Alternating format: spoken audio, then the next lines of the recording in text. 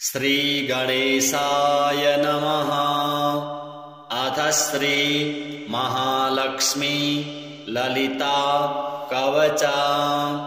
सनत्कुमार उवाच अथ ते कवचं देव्या वक्षे नवरतात्मकम् येन देवासुरनर जयिष्यात् साधकः सदा। सर्वतः सर्वदात्मानं ललिता पातु सर्वगा। कामेशी पुरतः पातु भगमाली त्वनन्तरम्। दिशः पातु तथा दक्ष पार्श्वं मे पातु सर्वदा। नित्याक्लिन्नाथ भीरुण्डा दिशं मे पातु कोणपि। तथैव पश्चिमं भागं रक्षतात् वह्निवासिनी। महावज्रेश्वरी नित्या वायव्ये मां सदावतु।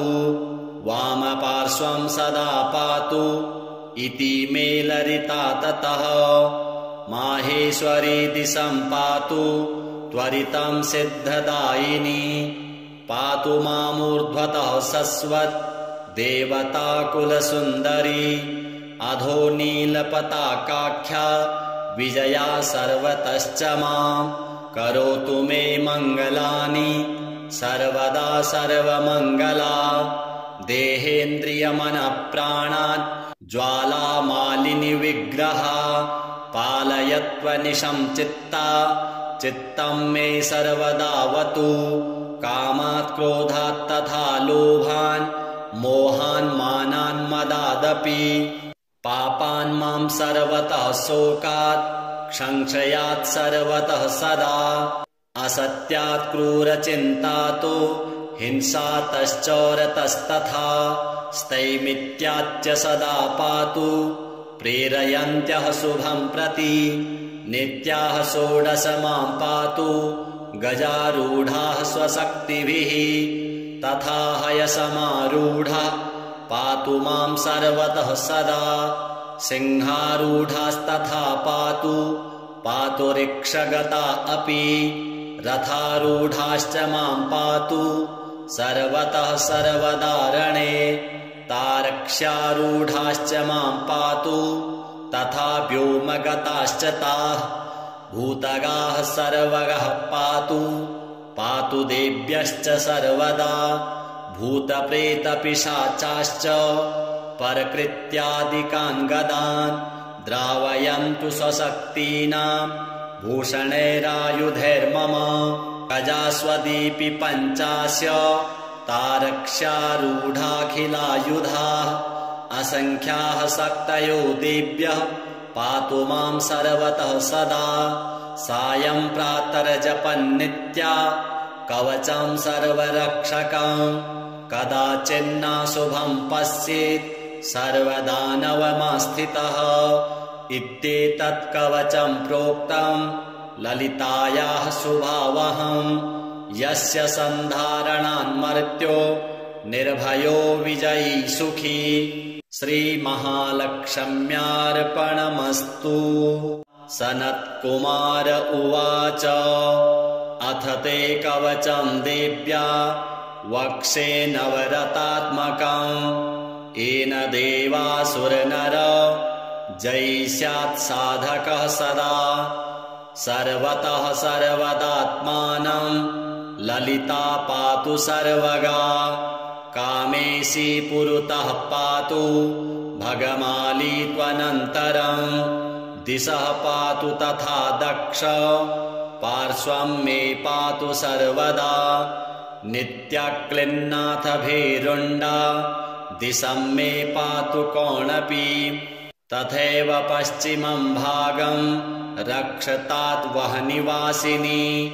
महावज्रेश्वरी नित्या वायव्ये मां सदावतु।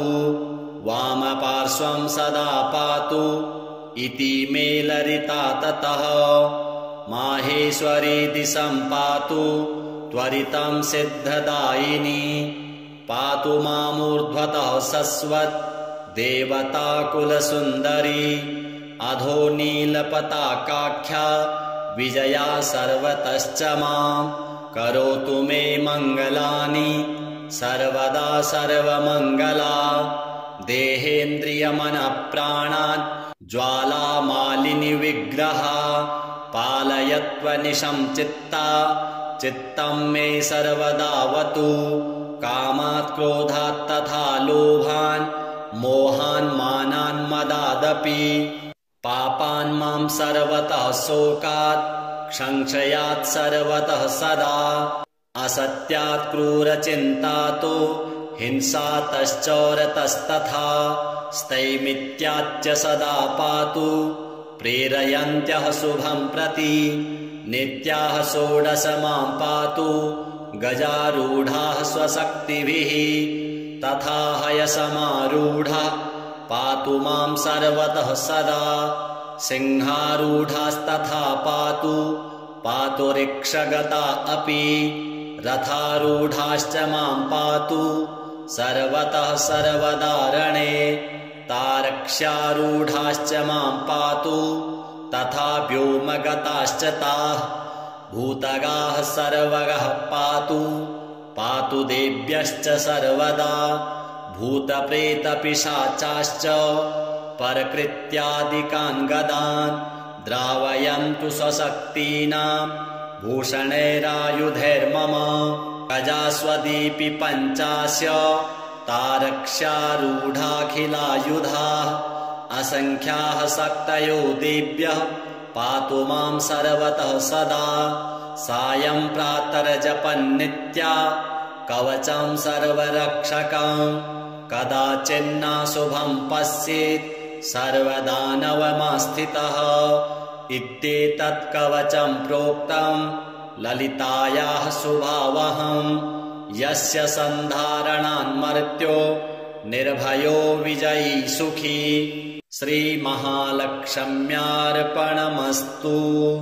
सनत्कुमार उवाच अथ ते कवचं देव्या वक्षे नवरतात्मकं येन देवासुरनर जयी स्यात् साधकः सदा सर्वतः सर्वदात्मानं ललिता पातु सर्वगा कामेशी पुरतः पातु भगमाली त्वनन्तरं दिशः पातु तथा दक्ष पार्श्वं मे पातु सर्वदा नित्याक्लिन्नाथ भीरुण्डा दिशं मे पातु कोणपि तथैव पश्चिमं भागं रक्षतात् वहनिवासिनी महावज्रेश्वरी नित्या वायव्ये मां सदावतु वामपार्श्वं सदा पातु इति मे ललिता ततः माहेश्वरी दिशं पातु त्वरितं सिद्धदायिनी पातु मामूर्ध्वतः शश्वत् देवताकुलसुन्दरी अधो नीलपताकाख्या विजया सर्वतश्च मां करोतु मे मङ्गलानि सर्वदा सर्वमङ्गला देहेन्द्रियमनःप्राणान् ज्वालामालिनिविग्रह पालयत्वनिशं चित्तं मे सर्वदावतु कामात् क्रोधात् तथा लोभान् मोहान् मानान् मदादपि पापान् मां सर्वतः शोकात् संशयात् सर्वतः सदा असत्यात् क्रूरचिन्तातो हिंसातश्चौरतस्तथा स्थैमित्याच्च सदा पातु प्रेरयन्त्यः शुभं प्रति नित्याः षोडश मां पातु गजारूढाः स्वशक्तिभिः तथा हयसमारूढा पातु मां सर्वतः सदा सिंहारूढास्तथा पातु ऋक्षगता अपि रथारूढाश्च मां पातु सर्वतः सर्वदारणे तारक्ष्यारूढाश्च मां पातु तथा व्योमगताश्च ताः भूतगाः सर्वगः पातु देव्यश्च सर्वदा भूतप्रेतपिशाचाश्च परकृत्यादिकान् गदान् द्रावयन्तु स्वशक्तीनां भूषणैरायुधैर्मम गजास्वदीपि पञ्चास्य तारक्ष्यारूढाखिलायुधाः असङ्ख्याः शक्तयो देव्यः पातु मां सर्वतः सदा सायं प्रातर्जपन्नित्या कवचं सर्वरक्षकं कदाचिन्नाशुभं पश्येत् सर्वदानवमास्थितः इत्येतत् कवचं प्रोक्तं ललितायाः शुभावहं यस्य सन्धारणान्मर्त्यो निर्भयो विजयी सुखी श्रीमहालक्ष्म्यार्पणमस्तु।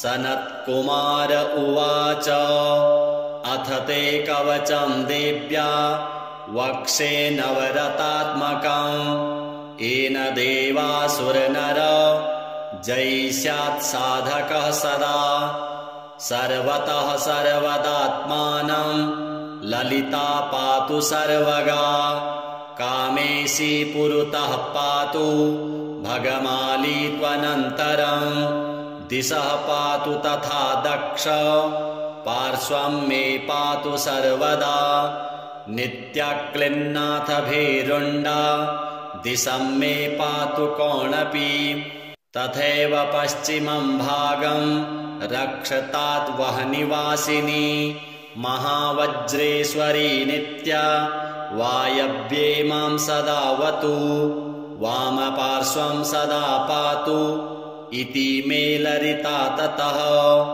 माहेश्वरी दिशं पातु त्वरितं सिद्धदायिनी पातु मामूर्ध्वतः शश्वत् देवताकुलसुन्दरी अधो नीलपताकाख्या विजया सर्वतश्च मां करोतु मे मङ्गलानि सर्वदा सर्वमङ्गला देहेन्द्रियमनप्राणान् ज्वालामालिनि विग्रहा पालयत्वनिशं चित्ता चित्तं मे सर्वदावतु कामात् क्रोधात् तथा लोभान् मोहान् मानान् मदादपि पापान् मां सर्वतः शोकात् संशयात् सर्वतः सदा असत्यात् क्रूरचिन्तातो हिंसातश्चौरतस्तथा स्थैमित्याच्च सदा पातु प्रेरयन्त्यः शुभं प्रति नित्याः षोडश मां पातु गजारूढाः स्वशक्तिभिः तथा हयसमारूढा पातु मां सर्वतः सदा सिंहारूढास्तथा पातु पातु रिक्षगता अपि रथारूढाश्च मां पातु सर्वतः सर्वदारणे तारक्ष्यारूढाश्च मां पातु तथा व्योमगताश्च ताः भूतगाः सर्वगः पातु पातु देव्यश्च सर्वदा भूतप्रेतपिशाचाश्च परकृत्यादिकान् गदान् द्रावयन्तु स्वशक्तीनां भूषणैरायुधैर्मम गजास्वदीपि पञ्चास्य तारक्ष्यारूढाखिलायुधाः असङ्ख्याः शक्तयो देव्यः पातु मां सर्वतः सदा सायं प्रातर्जपन्नित्या कवचं सर्वरक्षकं कदाचिन्नाशुभं पश्येत् सर्वदानवमास्थितः इत्येतत् कवचं प्रोक्तं ललितायाः शुभावहं यस्य सन्धारणान्मर्त्यो निर्भयो विजयी सुखी श्रीमहालक्ष्म्यार्पणमस्तु।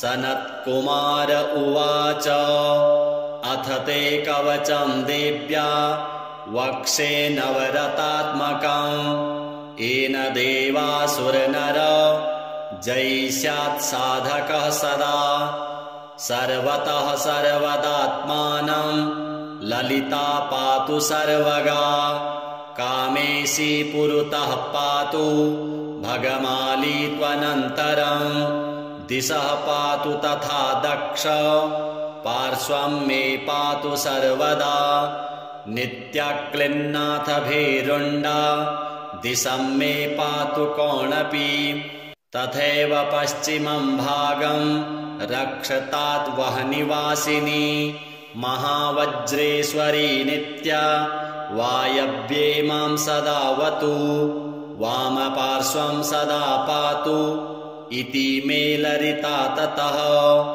माहेश्वरी दिशं पातु त्वरितं सिद्धदायिनी पातु मामूर्ध्वतः शश्वत् देवताकुलसुन्दरी अधो नीलपताकाख्या विजया सर्वतश्च मां करोतु मे मङ्गलानि सर्वदा सर्वमङ्गला देहेन्द्रियमनःप्राणान् ज्वालामालिनि विग्रहा पालयत्वनिशं चित्ता चित्तं मे सर्वदावतु कामात् क्रोधात् तथा लोभान् मोहान् मानान् मदादपि पापान् मां सर्वतः शोकात् संशयात् सर्वतः सदा असत्यात् क्रूरचिन्तातो हिंसातश्चौरतस्तथा स्थैमित्याच्च सदा पातु प्रेरयन्त्यः शुभं प्रति नित्याः षोडश मां पातु गजारूढाः स्वशक्तिभिः तथा हयसमारूढा पातु मां सर्वतः सदा सिंहारूढास्तथा पातु पातु रिक्षगता अपि रथारूढाश्च मां पातु सर्वतः सर्वदारणे तारक्ष्यारूढाश्च मां पातु तथा व्योमगताश्च ताः भूतगाः सर्वगः पातु पातु देव्यश्च सर्वदा भूतप्रेतपिशाचाश्च परकृत्यादिकान् गदान् द्रावयन्तु स्वशक्तीनां भूषणैरायुधैर्मम गजास्वदीपि पञ्चास्य तारक्ष्यारूढाखिलायुधाः असङ्ख्याः शक्तयो देव्यः पातु मां सर्वतः सदा सायं प्रातर्जपन्नित्या कवचं सर्वरक्षकं कदाचिन्नाशुभं पश्येत् सर्वदानवमास्थितः इत्येतत् कवचं प्रोक्तं ललितायाः शुभावहं यस्य सन्धारणान्मर्त्यो निर्भयो विजयी सुखी श्रीमहालक्ष्म्यार्पणमस्तु। सनत्कुमार उवाच अथ ते कवचं देव्या वक्षे नवरतात्मकम् येन देवासुरनर जयिष्यात् साधकः सदा सर्वतः सर्वदात्मानं ललिता पातु सर्वगा कामेशी पुरतः पातु भगमाली त्वनन्तरं दिशः पातु तथा दक्ष पार्श्वं मे पातु सर्वदा नित्याक्लिन्नाथ भैरुण्डा दिशं मे पातु कोणपि तथैव पश्चिमं भागं रक्षतात् वह्निवासिनी महावज्रेश्वरी नित्या वायव्ये मां सदावतु वामपार्श्वं सदा पातु इति मे ललिता ततः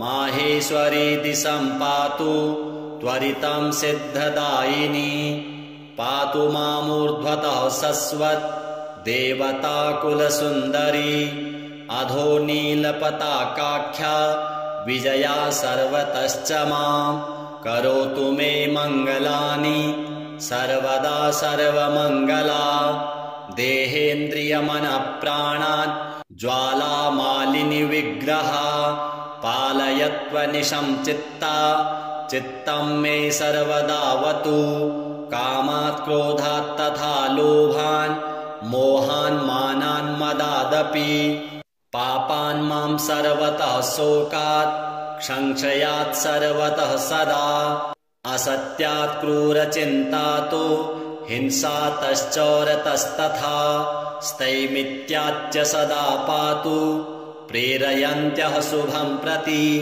नित्याः षोडश मां पातु गजारूढाः स्वशक्तिभिः तथा हयसमारूढा पातु मां सर्वतः सदा।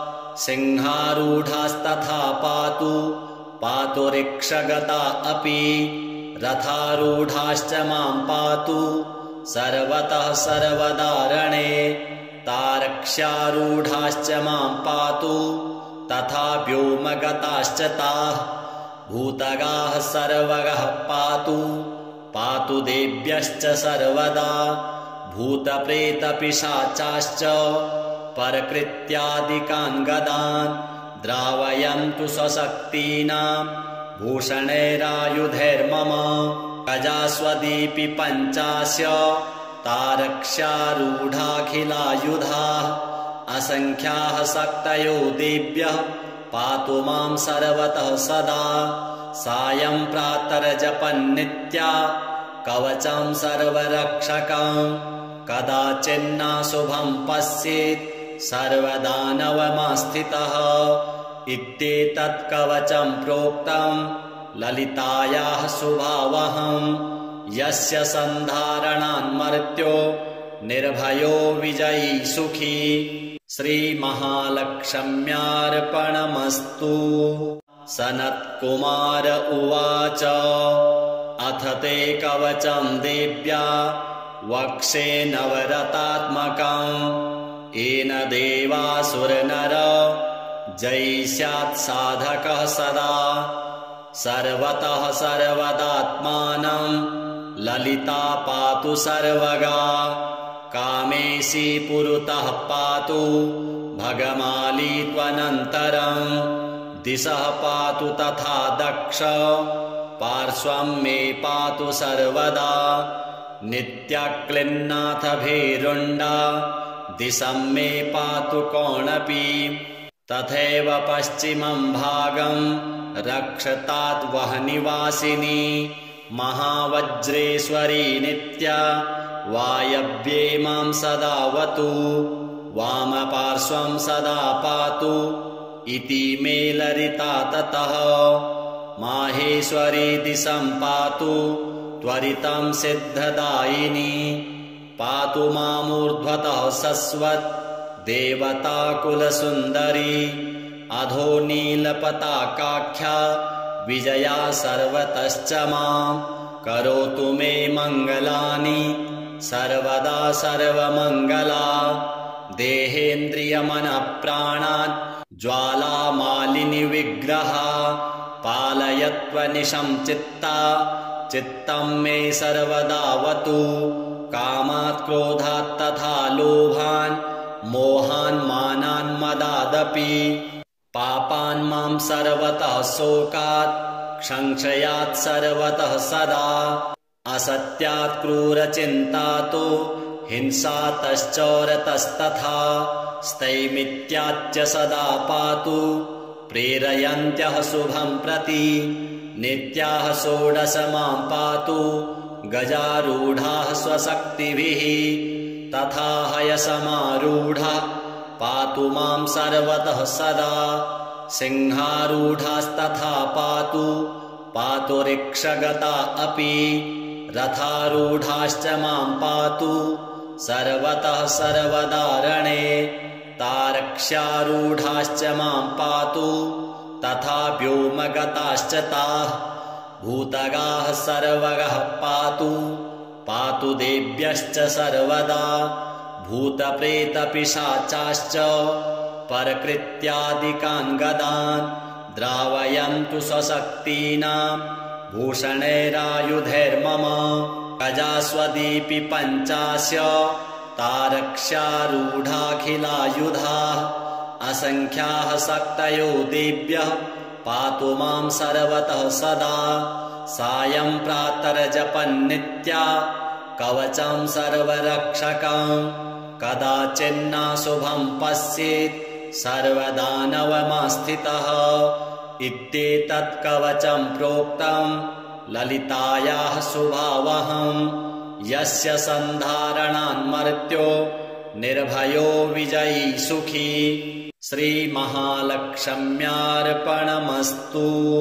सनत्कुमार उवाच अथ ते कवचं देव्या वक्षे नवरतात्मकम् येन देवासुरनर जयिष्यात् साधकः सदा सर्वतः सर्वदात्मानं ललिता पातु सर्वगा कामेशी पुरतः पातु भगमाली त्वनन्तरं दिशः पातु तथा दक्ष पार्श्वं मे पातु सर्वदा नित्याक्लिन्नाथ भीरुण्डा दिशं मे पातु कोणपि तथैव पश्चिमं भागं रक्षतात् वह्निवासिनी महावज्रेश्वरी नित्या वायव्ये मां सदावतु वामपार्श्वं सदा पातु इति मे ललिता ततः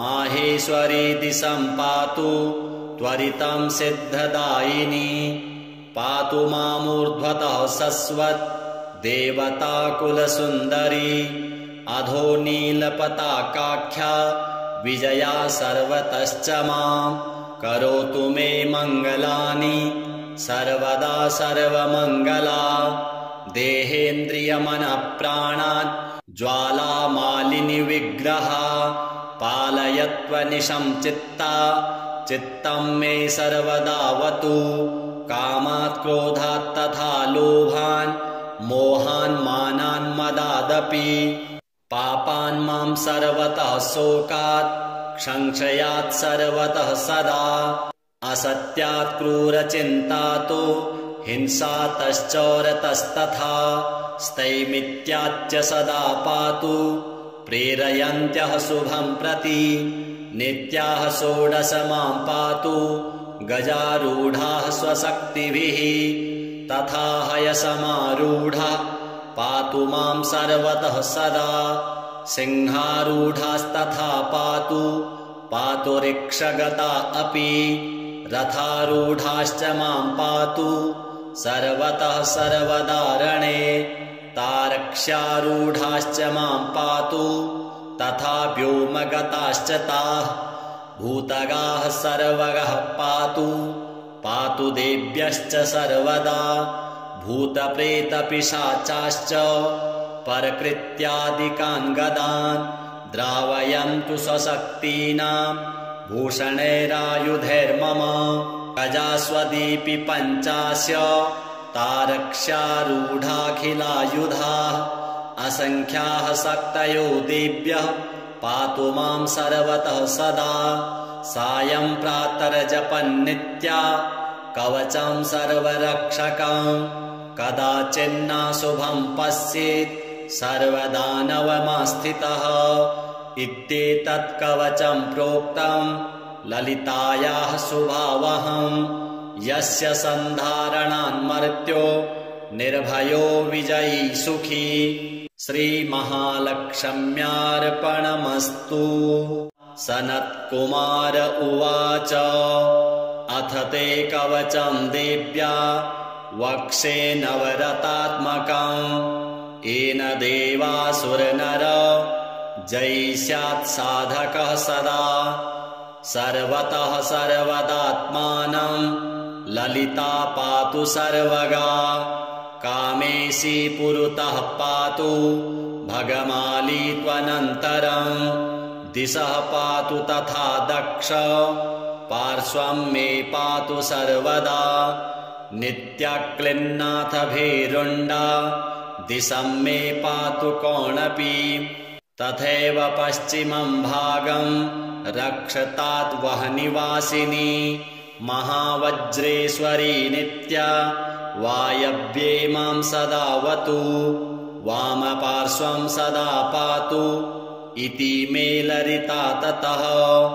माहेश्वरी दिशं पातु त्वरितं सिद्धदायिनी पातु मामूर्ध्वतः सस्वत् देवताकुलसुन्दरी अधो नीलपताकाख्या विजया सर्वतश्च मां करोतु मे मङ्गलानि सर्वदा सर्वमङ्गला देहेन्द्रियमनःप्राणान् ज्वालामालिनि विग्रहा पालयत्वनिशं चित्ता चित्तं मे सर्वदावतु कामात् क्रोधात् तथा लोभान् मोहान् मानान् मदादपि पापान् मां सर्वतः शोकात् संशयात् सर्वतः सदा असत्यात् क्रूरचिन्तातो हिंसातश्चौरतस्तथा स्थैमित्याच्च सदा पातु प्रेरयन्त्यः शुभं प्रति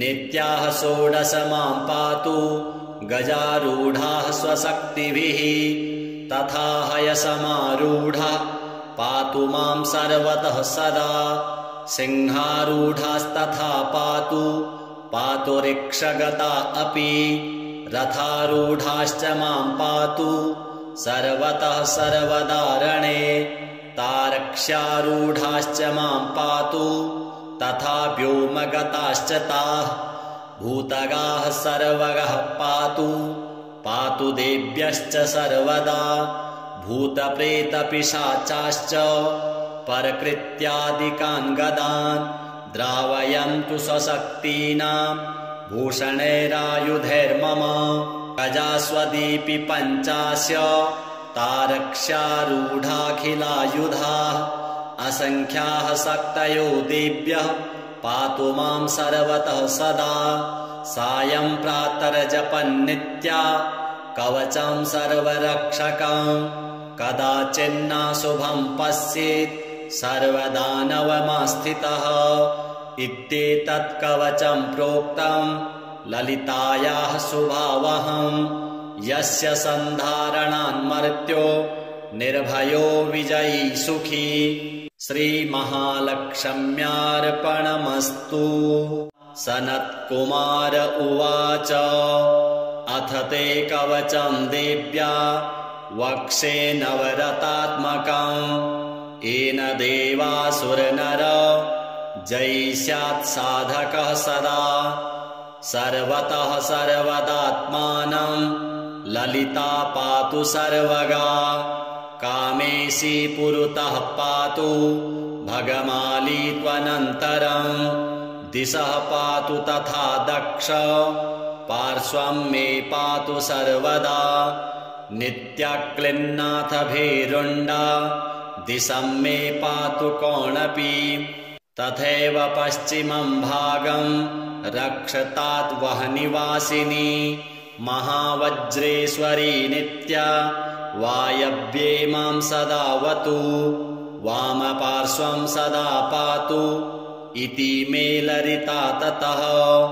माहेश्वरी दिशं पातु त्वरितं सिद्धदायिनी पातु मामूर्ध्वतः शश्वत् देवताकुलसुन्दरी अधो नीलपताकाख्या विजया सर्वतश्च मां करोतु मे मङ्गलानि सर्वदा सर्वमङ्गला देहेन्द्रियमनःप्राणान् ज्वालामालिनि विग्रहा पालयत्वनिशं चित्ता चित्तं मे सर्वदावतु कामात् क्रोधात् तथा लोभान् मोहान् मानान् मदादपि पापान् मां सर्वतः शोकात् संशयात् सर्वतः सदा असत्यात् क्रूरचिन्तातो हिंसातश्चौरतस्तथा स्थैमित्याच्च सदा पातु प्रेरयन्त्यः शुभं प्रति नित्याः षोडश मां पातु गजारूढाः स्वशक्तिभिः तथा हयसमारूढा पातु मां सर्वतः सदा सिंहारूढास्तथा पातु पातु रिक्षगता अपि रथारूढाश्च मां पातु सर्वतः सर्वदारणे तारक्ष्यारूढाश्च मां पातु तथा व्योमगताश्च ताः भूतगाः सर्वगः पातु पातु देव्यश्च सर्वदा भूतप्रेतपिशाचाश्च परकृत्यादिकान् गदान् द्रावयन्तु स्वशक्तीनां भूषणैरायुधैर्मम गजास्वदीपि पञ्चास्य तारक्ष्यारूढाखिलायुधाः असङ्ख्याः शक्तयो देव्यः पातु मां सर्वतः सदा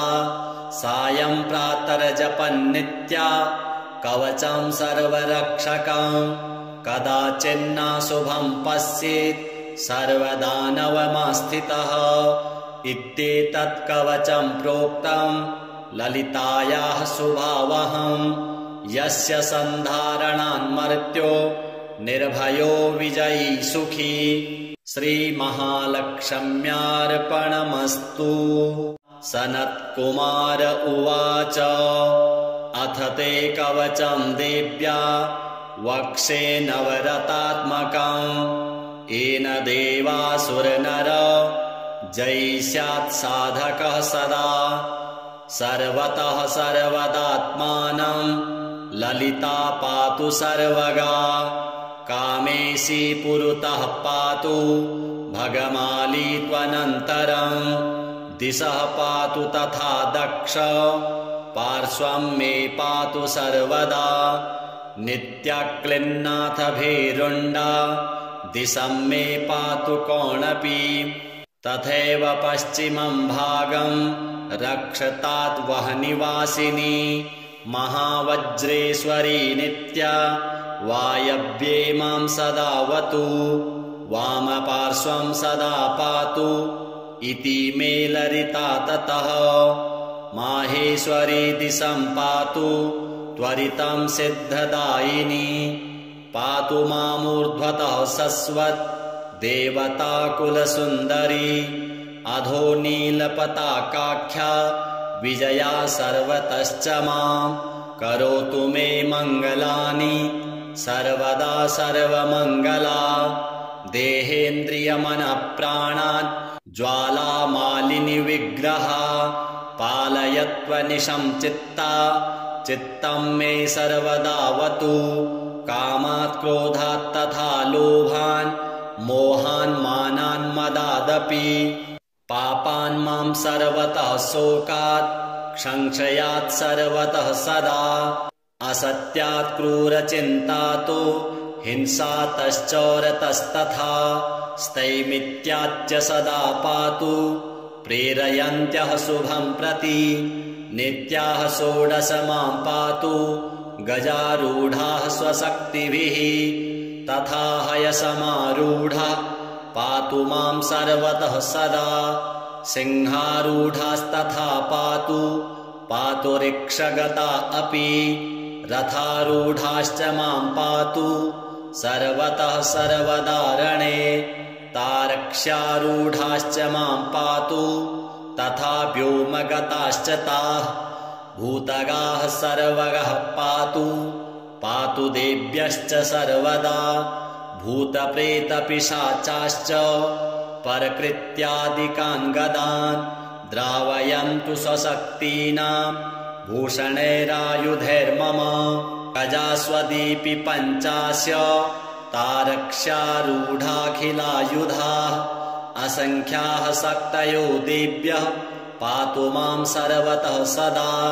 सायं प्रातर्जपन्नित्या कवचं सर्वरक्षकं कदाचिन्नाशुभं पश्येत् सर्वदानवमास्थितः इत्येतत् कवचं प्रोक्तं ललितायाः शुभावहं यस्य सन्धारणान्मर्त्यो निर्भयो विजयी सुखी। श्रीमहालक्ष्म्यार्पणमस्तु।